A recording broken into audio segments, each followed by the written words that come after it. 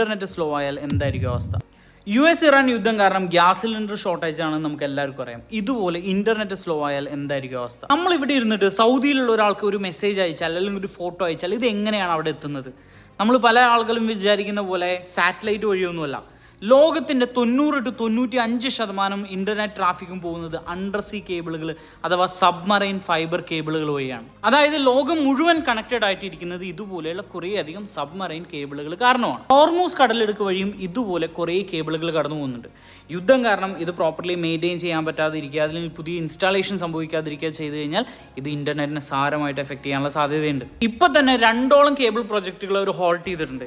ഈ കേബിളുകൾക്ക് എന്തെങ്കിലും സംഭവിച്ചു കഴിഞ്ഞാൽ നേരായ വഴിക്ക് 1 മണിക്കൂർ കൊണ്ട് നമ്മൾ എത്തേണ്ട സ്ഥലത്ത് ചിലപ്പോൾ 10 മണിക്കൂർ എടുത്ത് വളഞ്ഞ് തിരിഞ്ഞു വരേണ്ടി വരും. ഇത് ലേറ്റൻസി കൂട്ടാനും കോസ്റ്റ് കൂടാനും നമ്മൾ യൂസ് ചെയ്യുന്ന ആപ്ലിക്കേഷൻസുകളൊക്കെ സ്ലോ ആവാനും റീസൺ ആവാം. റോബോട്ടുകളും സ്പെഷ്യൽ ഷിപ്പുകളും ഉപയോഗിച്ചുകൊണ്ടാണ് ഈ കേബിളുകളുടെ മെയിൻ്റെനൻസും ഇൻസ്റ്റാളേഷനൊക്കെ നടത്തുന്നത്. അപ്പോൾ ഇതിനെക്കുറിച്ചുള്ള ഇൻട്രസ്റ്റിംഗ് ഫാക്ടേഴ്സ് അടുത്ത വീഡിയോയിൽ ഷെയർ ചെയ്യാം. ടെക് തിങ്സിനായിട്ട് ഫോളോ ചെയ്യാം.